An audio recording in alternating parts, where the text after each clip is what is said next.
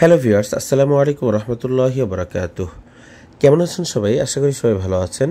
সবাইকে ভিকিল স্ট্রিটে স্বাগতম আজকের ভিডিওটি দেখার জন্য। ইকোনো সার্ভিস ঢাকার রায়পুর লক্ষ্মীপুর রুটে চলাচলকারী স্বনামধন্য অপারেটর ইকোনো সার্ভিসের বহরে যুক্ত হয়েছে 2 ইউনিট মার্সিডিজ বেঞ্জের ইকো ক্লাস এসি বাস দুটো গতকালকে রেনকনের নতুন সার্ভিস সেন্টারে এসেছে। বাস দুটো তৈরি করেছে ক্লাস মোটরস। ইকোনোর এই গাড়িটির ছবি কয়েকদিন আগে দেখেছিলাম, অল্প কিছুদিনই হয় ইকোনোর বহরে এই দুটি এসি গাড়ি যুক্ত হয়েছে।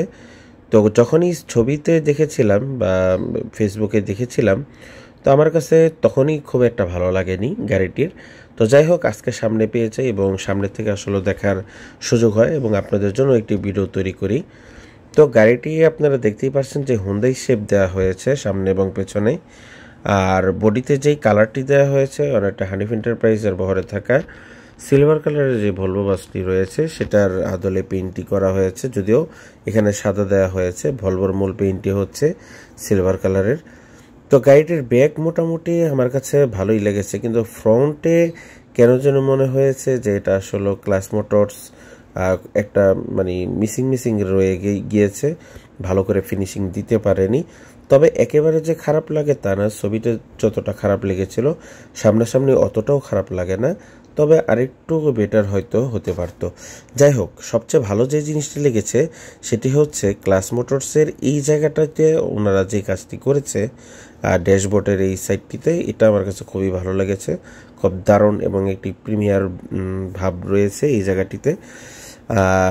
আর আপনারা দেখতে পাচ্ছেন ভিতরের ইন্টেরিয়র একটি মনিটর দেওয়া হয়েছে, টিভি দেওয়া হয়েছে বিনোদনের জন্য, এবং এখানে সিট যেগুলো দেওয়া হয়েছে সিটের কালার এবং সিটের সাইজ আমার কাছে বেশ ভালোই লেগেছে। ইন্টেরিয়রটাও বেশ সুন্দরভাবেই করেছে ক্লাস মোটরস। মোট 36টি আসন দেওয়া হয়েছে এই বাসটিতে। তো এবং প্রত্যেকটি সিটের সাথে লেগ রেস্ট রয়েছে বাংলা সিট, এগুলো আসলে থাই সিট না, বাংলাদেশি তৈরি করা এই সিটগুলো। তো বেশ ভালো এবং আরামদায়ক। আমি নিজেও একটু বসে দেখেছি, ধরে দেখেছি, এবং মোটামুটি ভালোই লেগ স্পেস রয়েছে, যেহেতু মার্সিডিজ বেঞ্জের বাসগুলো একটু লম্বাই, সুতরাং 36 সিট হলেও যথেষ্ট লেগ স্পেস রয়েছে।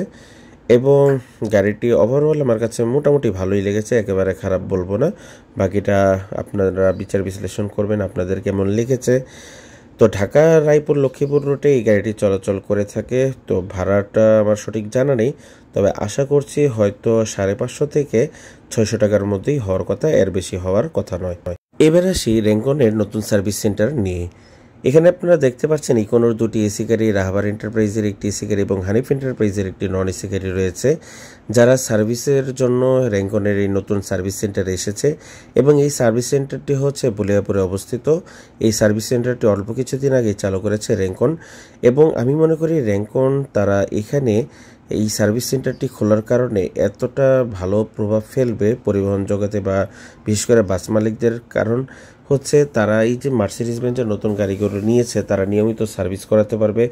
এবং বেশিরভাগ মার্সিডিজ বেঞ্জের গাড়িগুলো কিন্তু এই সাইটে অর্থাৎ গাবতলী থেকেই বিভিন্ন অঞ্চলে ছেড়ে যায়। এই সাইটেই কিন্তু বর্তমান মার্সিডিজ বেঞ্জের এই বাসগুলো অনেকটা বেশি।